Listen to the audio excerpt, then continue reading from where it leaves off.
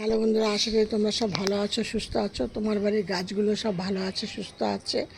আজকে আমি তোমাদের সাথে শেয়ার করছি এই গোলাপ ফুল গাছ নিয়ে। দেখো, এই সময় কিন্তু অনেকের গাছ একদম শুকিয়ে যায়, তারপরে ঝিমিয়ে পড়ে, তারপরে কোনো গোছ আসে না। এইসব অনেক কিছু কারণ হয়। এইসব অনেক কিছু কারণের জন্য আমি আজকে তোমাদের সাথে শেয়ার করছি। আমার গাছগুলো দেখো কত কচি কচি পাতা বেরিয়েছে।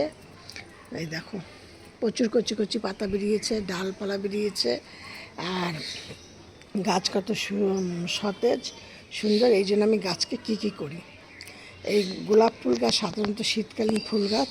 এরা গ্রীষ্মকালে এরা একটু ডরমেন্স পিরিয়ডে চলে যায়।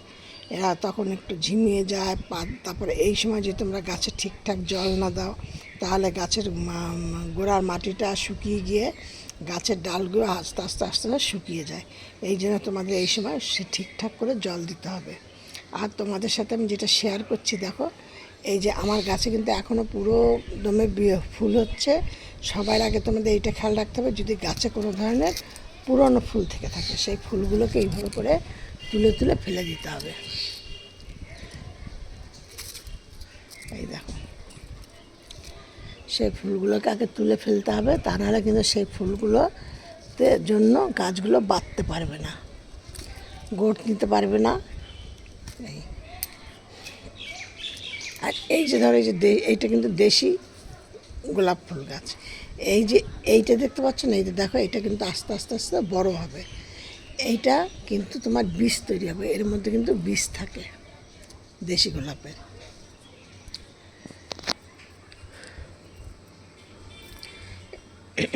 আমি চম্পা, তোমাদের সাথে চম্পাস ব্লগ থেকে আমি ভিডিওটি শেয়ার করছি। তোমরা আমার ভিডিওটি প্রথম থেকে শেষ পর্যন্ত দেখো। আমি ধাপে ধাপে তোমাদের সাথে শেয়ার করছি গাছগুলোকে আমি কী করছি করে আমি এখনও এত ফুল পাচ্ছি, বা গাছ আমার দেখো কত সতেজ দিয়ে। তোমরা সবার প্রথমে গাছগুলোকে তোমাদের সাথে শেয়ার করলাম আগেই, যে পুরনো ফুলগুলোকে সব তুলে তুলে ফেলে দেবে। আমার কিন্তু ফুলগুলো এখনই ফুটছে। আর তারপরে তোমাদের বুঝে বুঝে জল দিতে হবে, যেন গোলাপ ফুল গাছের গোড়ায় যেন কোনো রকমের জল না জমে থাকে। আবার যেন গাছ মাটি যেন শুকিয়ে না যায়। শুকিয়ে গেলে কিন্তু গাছ ধীরে ধীরে শুকিয়ে যাবে। জল বেশি হলেও কিন্তু পাতা কেমন একটা পোড়া পোড়া ভাব হয়ে কেমন একটা হয়ে গাছ মারা যাবে। এই জন্য কিন্তু দুদিকটাই তোমাদেরকে দেখতে হবে। তারপরের কথা হলো, গাছের গোড়ায় যেন কোনো রকমের কোনো আগাছা না থাকে। আগাছা থাকলে তোমরা যা যা খাদ্য খাবার দেবে সেই সব কিন্তু ওরাই খেয়ে নেবে। ওরাই এতটাই বড় হয়ে যাবে যে ওই খাবার খেয়ে তোমার গোলাপ গাছ কিন্তু ঠিকঠাক বড় হবে না। ওই আগাছাই তোমার খাবার খেয়ে নিয়ে যে খাবারটা দেবে গাছে, ওরা এতটাই বড় হয়ে যাবে। তারপরে যখন তোমরা তুলতে যাবে, তখন কিন্তু দেখা যাবে ওই গাছটা আর উঠতে চাইছে না, গাছের সাথে অনেকটা মাটি নষ্ট হয়ে যাচ্ছে, বা তোমার যে গোলাপ গাছটা আছে সেইটাও হয়তো উঠে চলে আসবে বা নড়বড় হয়ে যাবে। এই সমস্ত অনেক কিছু কারণ হতে পারে। কিন্তু তোমরা একদমই কিন্তু গাছের আগাছা কিছু রাখবে না। আর গাছের গোড়ায় যেন কোনো ধরনের কোনো পাতা ফাতা না থাকে, তাহলে কিন্তু ফাঙ্গাসের সৃষ্টি হবে। আর এই যে তোমরা এইগুলোকে যে কেটে কেটে দিলে, এইখানে কিন্তু এখন তোমাদের হলুদের এই যে রান্নাঘরের যে গুঁড়ো হলুদগুলো থাকে না, রান্না করো, সেইগুলোকে একটুখানি এর ডগায় ডগায় দিয়ে দিতে হবে। অথবা ফাঙ্গিসার সার্ফ দিতে হবে, অথবা অ্যালোভেরা জেল দিয়ে দাও। তাহলেই তোমাদের তাহলে কিন্তু এইখান থেকে তোমাদের ফাঙ্গাসের সৃষ্টি হবে।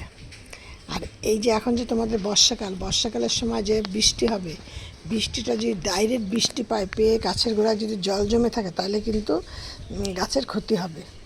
আবার এত তাপমাত্রা যে দুপুরবেলা রোদ্রের তাপটা যদি ডাইরেক্ট পায়, তাহলে কিন্তু দেখো, এই যে তোমাদের দেখাচ্ছি, তাহলে কিন্তু পাতা এরকম হয়ে যাবে। আমার এই গাছটা ওরকম হয়ে গেছিলো, এরকম দিয়ে আমি তারপরে আমি এরকম আমার সেটের নিচে রেখেছি।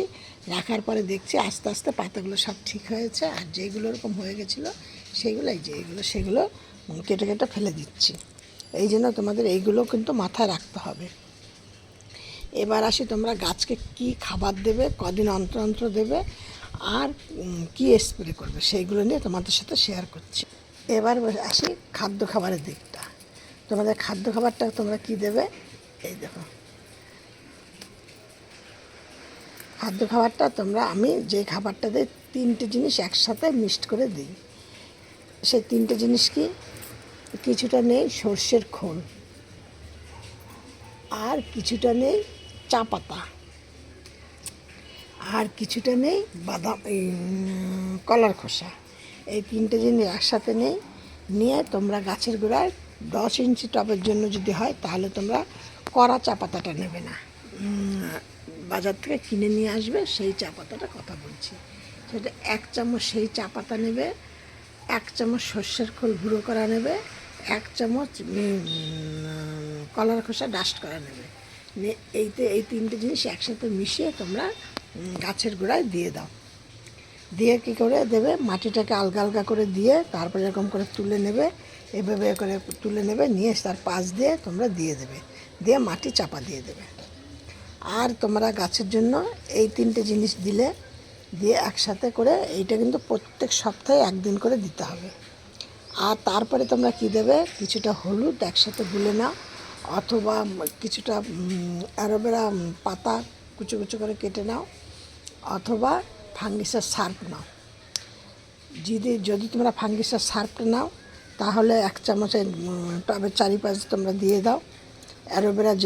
অ্যালোভেরাটার পাতাটাকে কুচু কুচু করে কেটে যদি নাও তাহলে তোমরা এইভাবে করে মাটিটাকে এরকম করে হালকা হালকা করে বেশ একটু সাইড দিয়ে তুলে দাও, দিয়ে তার তলায় এরকম কুচনোগুলি দিয়ে দাও, দিয়ে মাটি চাপা দিয়ে দাও। অথবা যদি তোমরা হলুদ নাও, হলুদটা ওইভাবেও দিতে পারো, কিংবা জল তো তোমরা দাও গাছের গোড়ায়, সেই জলের সাথে গুলে নিয়েও তোমরা সেই জলটাকে গাছের গোড়ায় দিতে পারো। এই 3টের মধ্যে অথবা আছে যে কোনো একটা জিনিস তোমরা দেবে। এইটা কিন্তু তোমরা দেবে প্রত্যেক 15 দিন বাদে বাদে। খাবারটা দেবে প্রতি 7 দিন অন্তর অন্তর। আর এই ফাঙ্গিসাস জিনিসগুলো এইগুলোকে দেবে প্রত্যেক দিন, প্রতি 15 দিন অন্তর অন্তর দেবে। আর মাসে 1 বার করে গাছকে স্প্রে করবে। আমি কি দিয়ে, তোমরা যদি কাকা দিয়ে স্প্রে করো তাহলে তোমরা মাসে 1 বার করবে। আর যদি তোমরা অন্য কিছু দিয়ে স্প্রে করো, যেমন আমি করি, ওগুলোকে নিম পাতা ভিজিয়ে রাখি। আমি পুরোটাই রাসায়নিক সার একদম পছন্দ করি না, আমি সম্পূর্ণই ঘরের তৈরি জিনিস দিয়ে, জৈব সার দিয়ে আমি গাছকে আমি মানে দেই। আমি সেই জন্য আমি নিম পাতা সেদ্ধ করি, নিম পাতা সেদ্ধ করে নিই, অথবা নিম পাতাকে ভিজিয়ে রাখি, সেই জলটাকে আমি নিয়ে তার মধ্যে আমি ওই কিছুটা হলুদ গুঁড়ো দিয়ে আমি সেইটাকে এইটা প্রতি 15 দিনে 1 বার করে আমি স্প্রে করি। আর যদি ওই কাকা দিয়ে করি তাহলে মাসে 1 বার। কাকা দিয়ে আমি করি না, আমি এইগুলো দিয়েই করি 15 দিন অন্তর অন্তর 1 দিন। শুধু তোমরা এইভাবে গাছকে যত্ন করো। দেখেছো আনসিজনেও আমার কত ফুল ফোটে গাছে।